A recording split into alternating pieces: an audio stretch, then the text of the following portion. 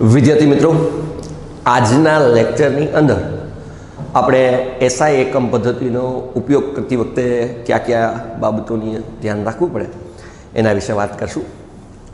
આમ તો 8મા ધોરણની અંદર તમે આ વસ્તુ ભણીને જ આવ્યા છો.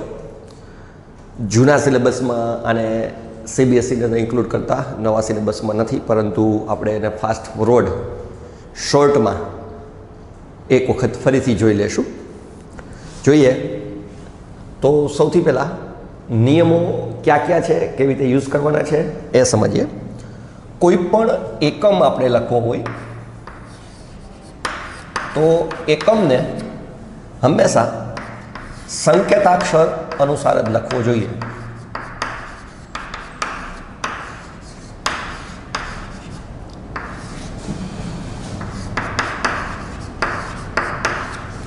સમજીએ કઈ રીતે. માની લો કે દળ આપણે લખવું છે, દળ, તો દળનો એકમ કિલોગ્રામ છે, તો આખું નહીં લખવાનું કિલોગ્રામ, એની બદલે શોર્ટમાં એની સંજ્ઞા છે એ જ લખવાની, સ્મોલ કેજી એની સંજ્ઞા છે, આપણને ખબર છે.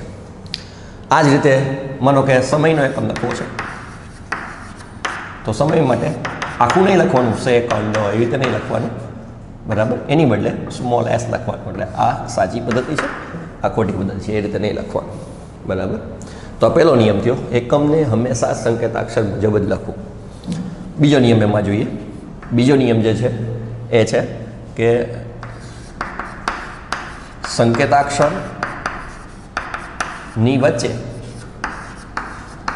કે અંતે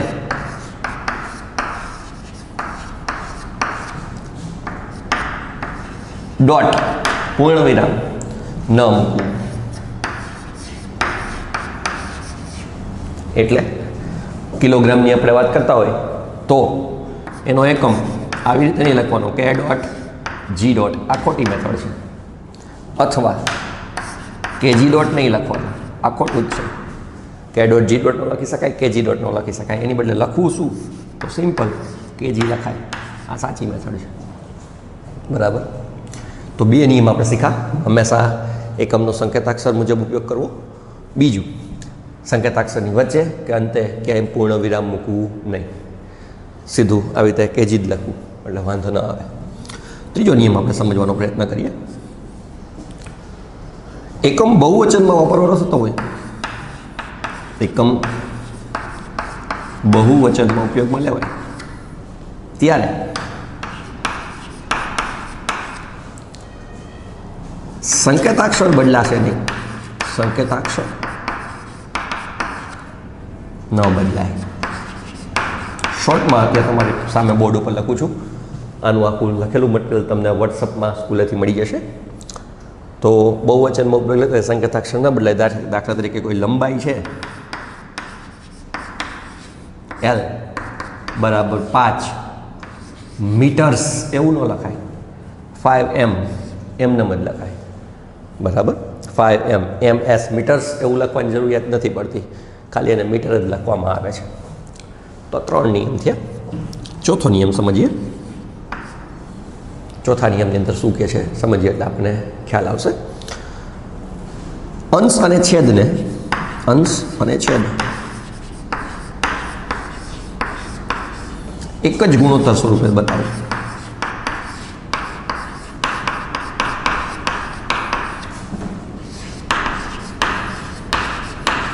કેવી રીતે?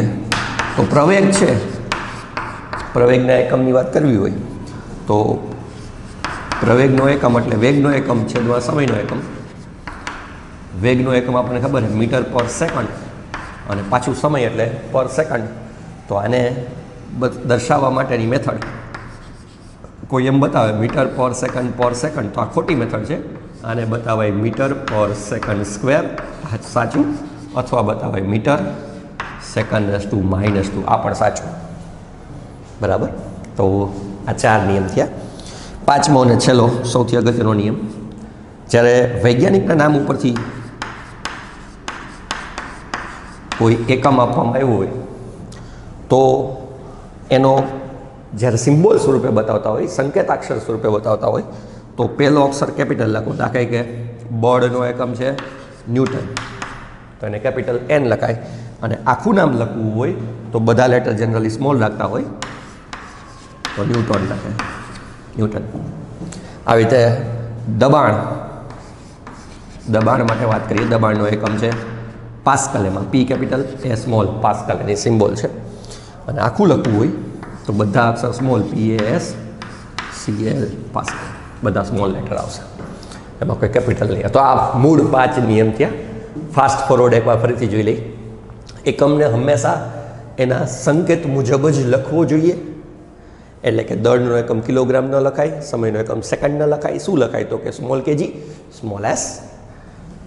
સંકેતાક્ષરની વચ્ચે કે અંતે પૂર્ણ વિરામ ન મૂકવું જોઈએ, એટલે k ડોટ g ડોટ કે kg ડોટ ન લખાય, kg લખી શકાય. એકમ બહુવચનમાં હોય ત્યારે સંકેતાક્ષર ન બદલાય, એટલે કે 5 મીટર, એમાં મીટર્સ નહીં કરવાનું, મીટર રાખવાનું, એટલે 5 મીટર કહી શકો. અંશ અને છેદને એક જ ગુણોત્તર સ્વરૂપે બતાવવું જોઈએ, એટલે મીટર પર સેકન્ડ આવી રીતે 2 ગુણોત્તર ન ચાલે.